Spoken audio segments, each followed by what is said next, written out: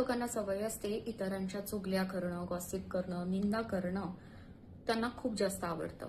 पण त्यामुळे जर बघितलं तर ज्योतिषशास्त्री आणि आध्यात्मिकरित्या त्यांचे काहीतरी दोष निर्माण होतात, नकारात्मक ऊर्जा सुद्धा सक्रिय होते. तर कुठल्या ग्रह ऍक्टिव्हेट होतात आणि कुठल्या ग्रहांचा दुष्परिणाम त्यांना बघावा लागू शकतो.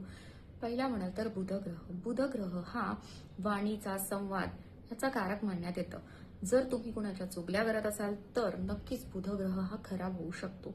दुसरा म्हणाल तर राहू म्हणजे अफवा, भ्रम किंवा नकारात्मक बोलणे ह्याची ऊर्जा आहे. जर तुम्ही असं काही कोणाबद्दल बोलत असाल तर राहूचे प्रभाव हे वाढू शकतात.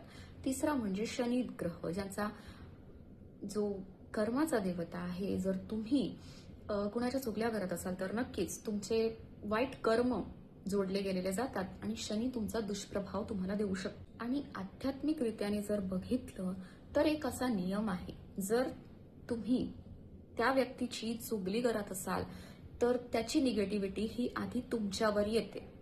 त्यामुळे चुगल्या करताना जरा सावध राहा. अशाच माहितीसाठी फॉलो करा शैनलिक नंबरला.